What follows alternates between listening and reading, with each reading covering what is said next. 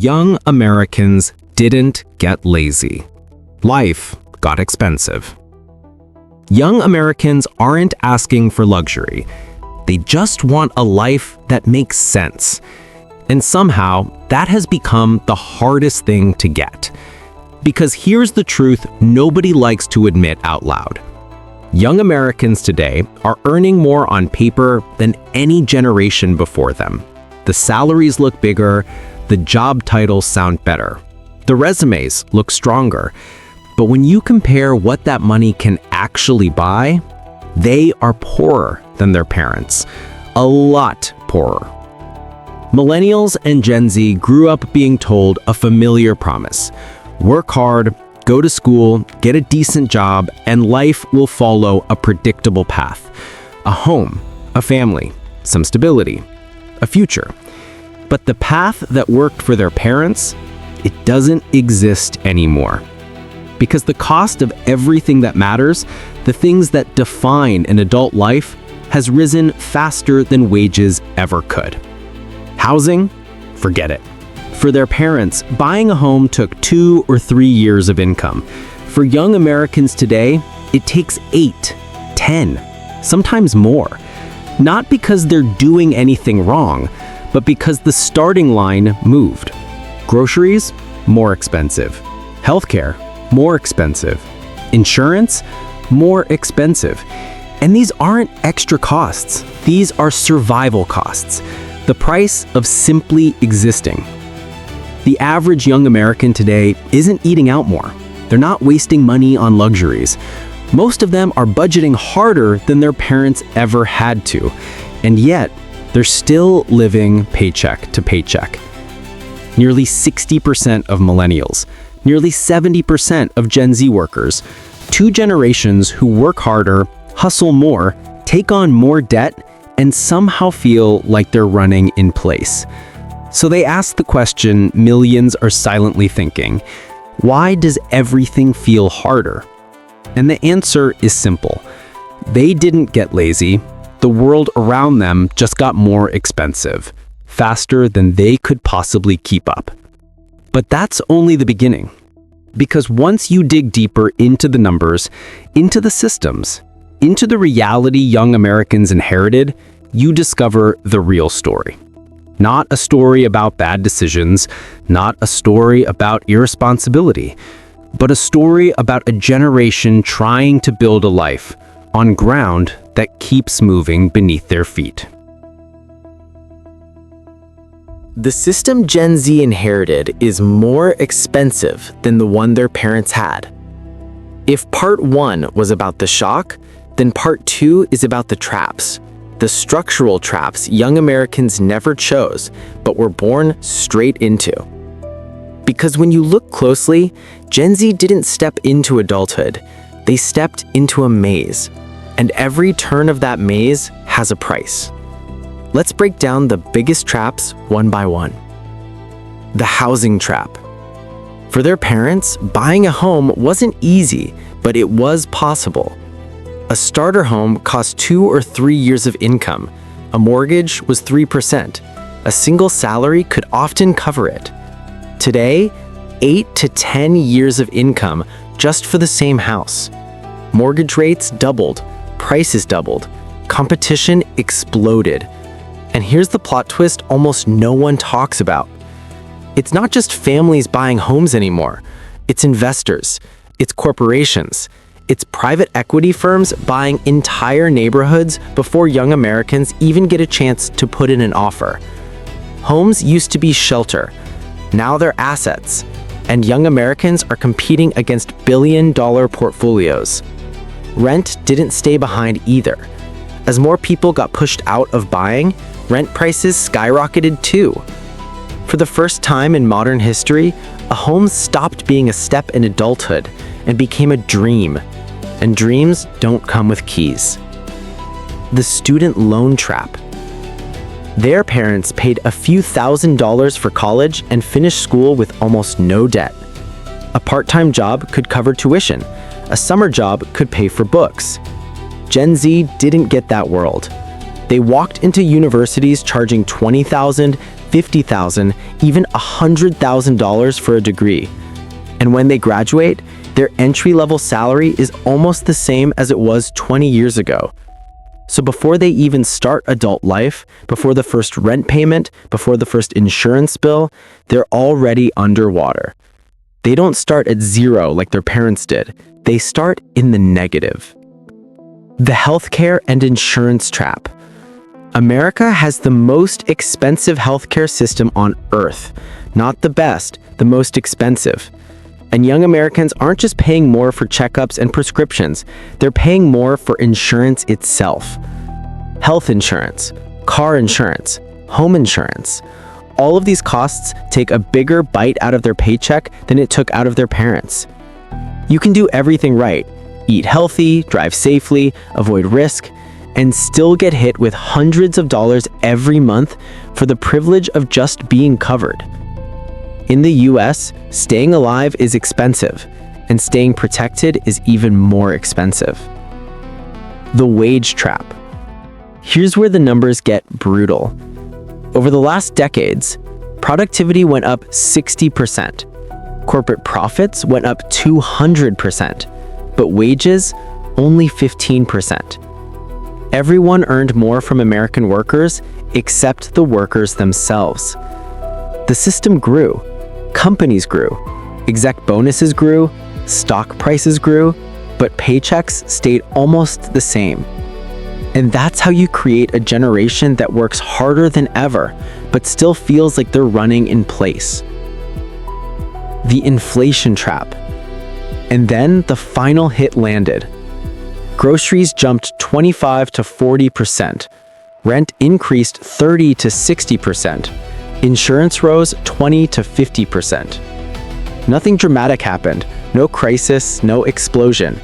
Just slow, consistent increases that quietly swallowed every raise, every promotion, every extra hour of work. This is why Gen Z isn't saving. This is why millennials feel stuck. This is why two-income households still struggle. It's not because they're bad with money. It's because everything around them got more expensive at a speed their wages could never match. So no, Gen Z isn't poor because they buy lattes. They're not poor because they eat out or travel or make bad choices. Gen Z is struggling because the system they inherited is simply more expensive than the one their parents grew up in. They didn't start at the same line.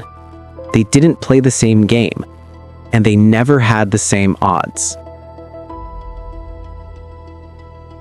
The American system changed faster than young people could adapt.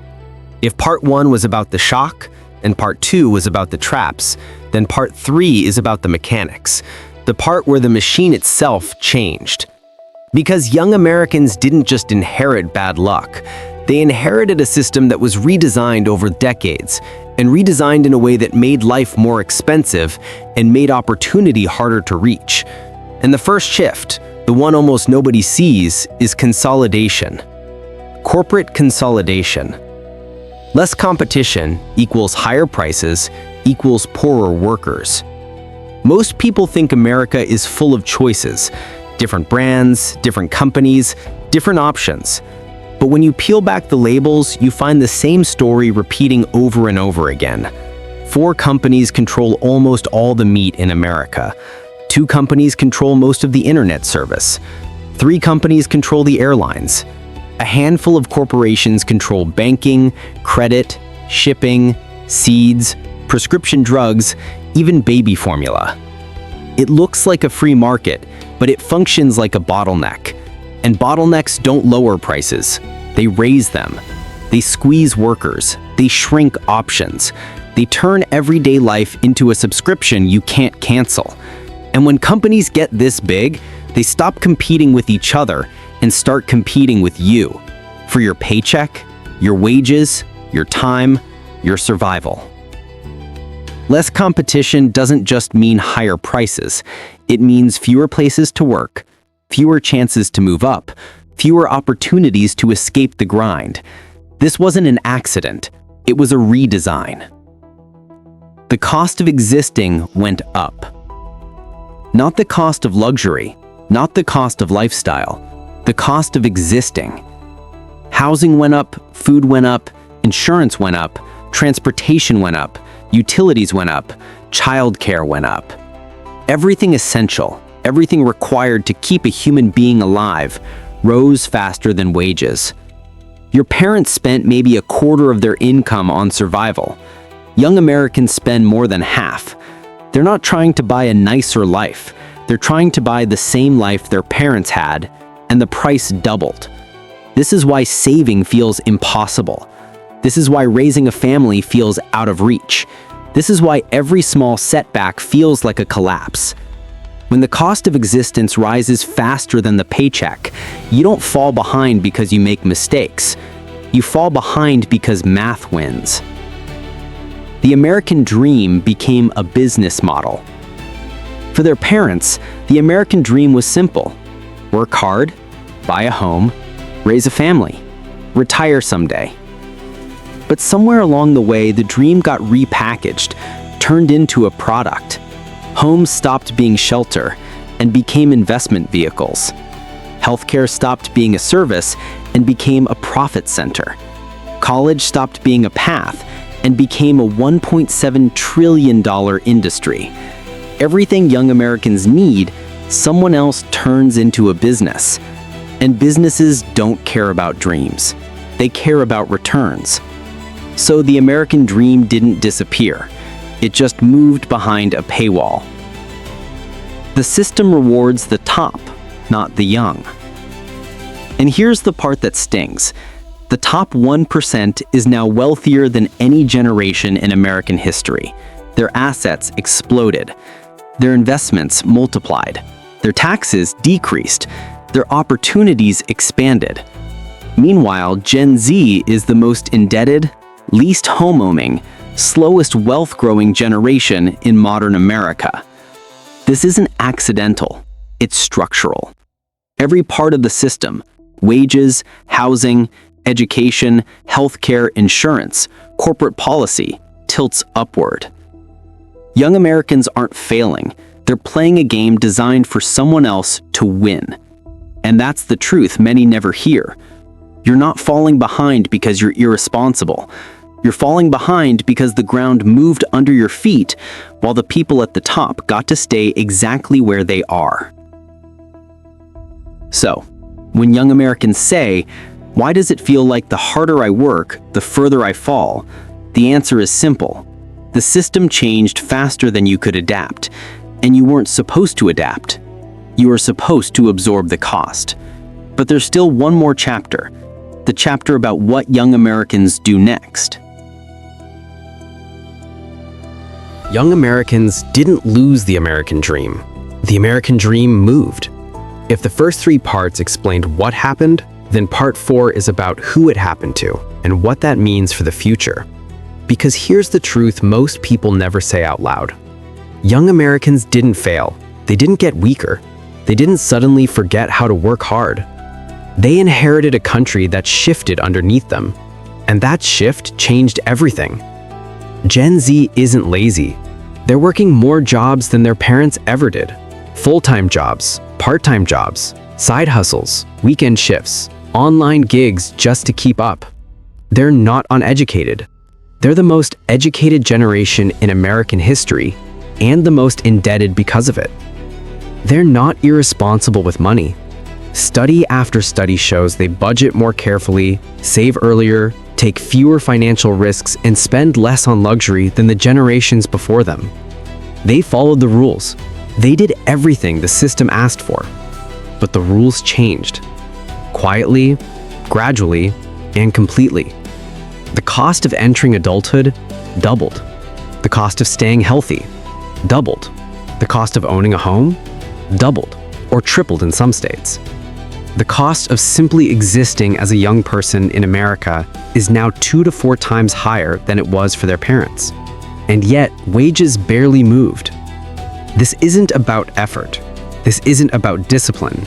This isn't about kids these days. This is about a system that evolved faster than the people inside of it. A system where everything that used to help young people rise, affordable housing, strong wages, Accessible education, stable healthcare became expensive, privatized, or gate-kept by corporate power.